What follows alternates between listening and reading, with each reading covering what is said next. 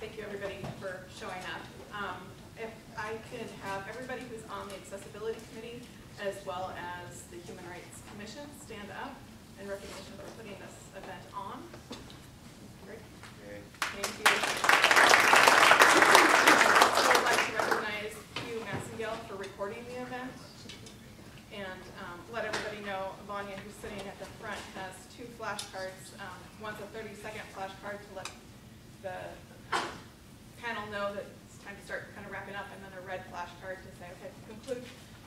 Because we do have so many people here, we only have about 2 minutes to answer each question, so we'll be trying to move forward, as well as allow enough time at the end for any kind of question and answers that we can have from the participants. As well, I want to let everybody know we do have assisted listening devices if anybody needs those. If you can, maybe Emmy can help with those if you guys want to filter your way over there. We are expecting maybe there might be a few people dwindling in around noon, their lunch hour. So if so, we're going to hopefully get them to sit on the side that Emmy's at. So hopefully they're not too much of a disruption when they come in. Bathrooms are just right outside the doors here if anybody needs it, and there are full bins for the dirty dishes and trash. If everybody wants to take just a minute or so to introduce yourselves and let us know who you are and who you're representing, that'd be great, and I'll start right here with Pat. I'm Patty Prather with the City of Eugene Adaptive Recreation Services, and we have a grant that we are providing recreation services to disabled and injured veterans. Shelley? Yeah. Sorry. My name is Shelley Corteville. What am I supposed to do? I'm sorry. Just kind of introduce yourself and who you're representing. Oh, I represent Oregon Women Veterans, and right now I'm actually restructuring our group to better serve the needs of Oregon Women Veterans. My name is Michael Leeds. I sit on the Lane County Mental Health Advisory Board. We initiated a veterans subcommittee to assess the possibility of increasing the level of services in our county. In addition, I am a member of the Downtown Rotary Club, and in that capacity, Rotary is also invested in VetLift and other community-based projects. I'm a psychologist. My name is Dean Ehly. I work for the Roseburg VA. I have that position, it's a kind of a long one, Operation Enduring, an Iraqi Freedom Program Manager. So those are the wars in Iraq and Afghanistan. My job is to help veterans that served in either of those 2 wars get into VA care and then case manage and facilitate their access to VA care.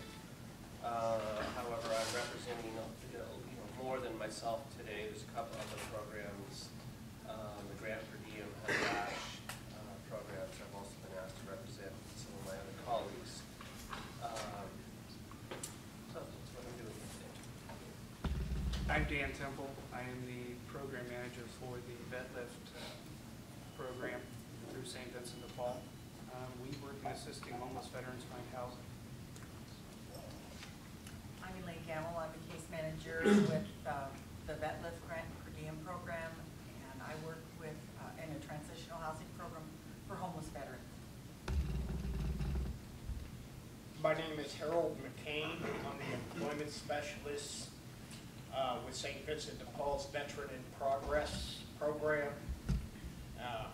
Our program assists veterans with employment resources. My name is Paul Cook. I also work with Harold in the VIP program. I'm the retention specialist for the program. Zammareli with Lane County Veteran Services. We advocate for veterans in the compensation and pension claims process with the VA. I'm Lucy Zammareli with the Willamette Family. Oregon Community Circles of Support. I brought some flyers. They're back on the table, and I want to also mention that I brought some copies of President Obama's proclamation declaring November National Military Families Month, and so please take one out. Hello, my name is Elaine Walters. I'm the director of the Trauma Healing Project, which has a broader than veterans mission of serving anybody that's been impacted by trauma related to violence or abuse or other kinds of traumatic experiences.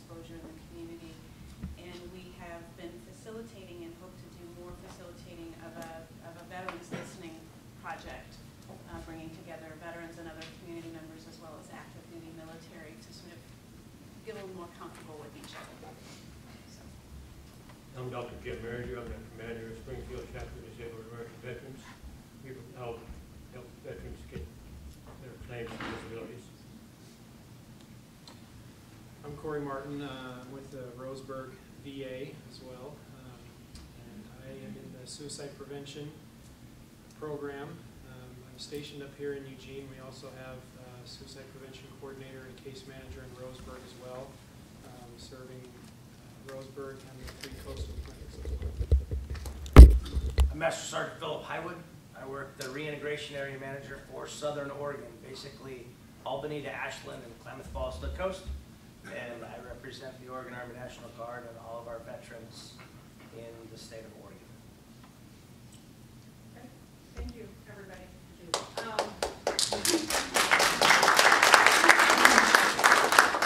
So I'll go ahead and get started with the first question. How can the Accessibility Committee and members of our community create and welcome a supportive community for veterans, veterans with disabilities, and families of veterans? Do you want to start with you again, Patty?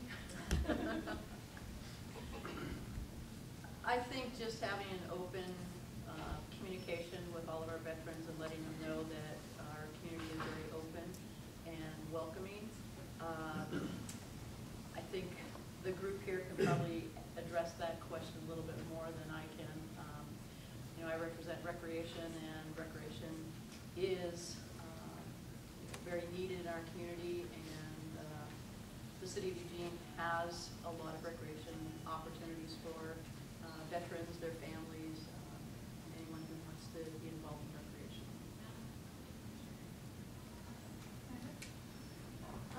Well, from the point of view of a veteran and somebody who's done a lot of her own healing, I would say one of the things that every community needs is the ability to deeply listen to your veterans and to our military service members. Everybody wants to be heard, and everybody has a story.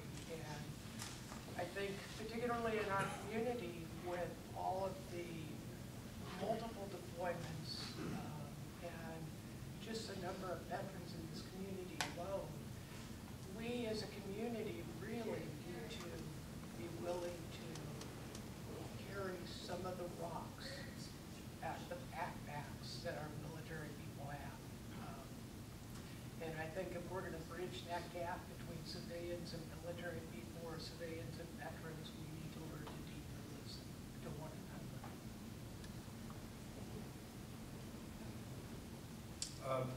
I sit on a subcommittee with Lucy, and we ran into a very interesting phenomena about increasing access. We wanted to do some public service announcement, and we have the capacity to do that. Lane Care gave us a little bit of dough, and we were kind of moving forward. And we had two options.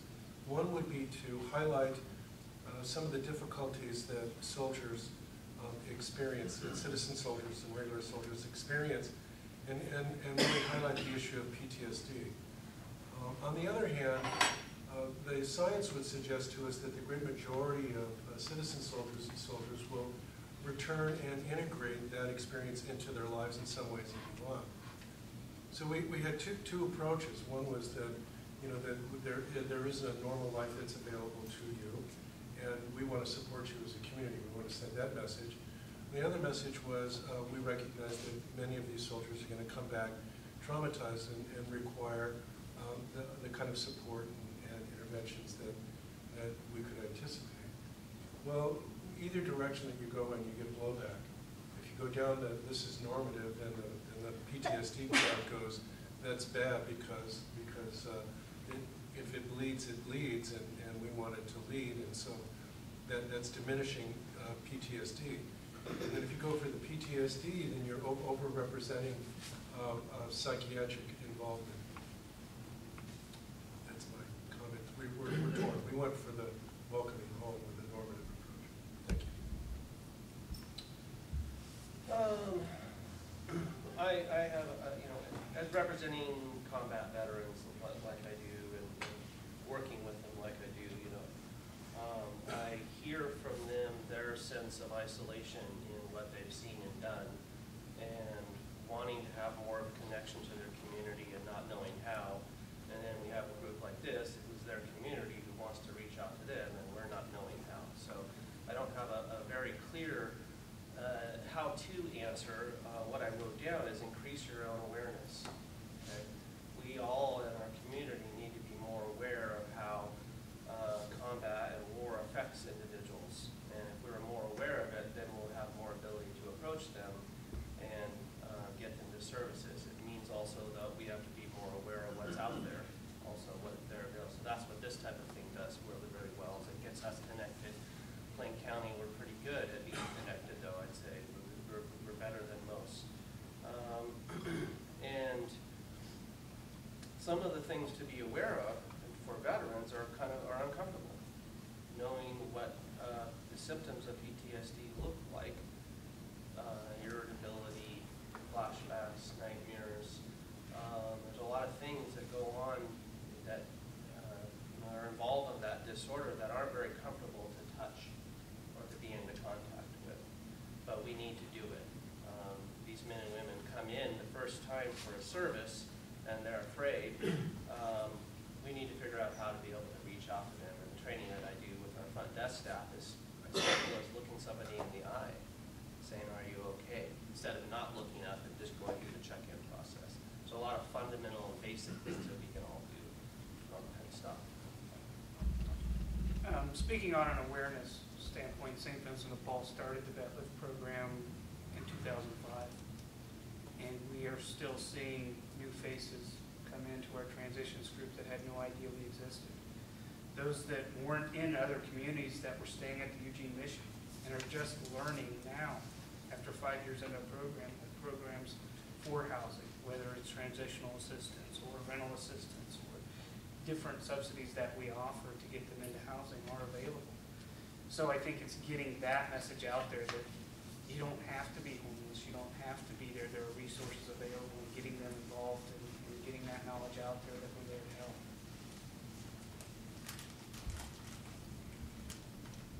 help.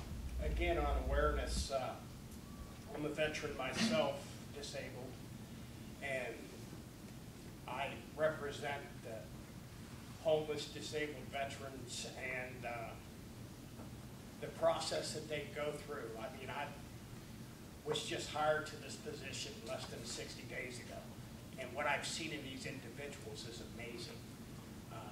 They come in during the assessment. As they start the assessment, they're lost, they're disenchanted, they're on the streets.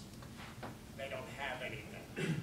And during the process of the assessment, you see growth in these individuals. They come on time, they're looking for work, they're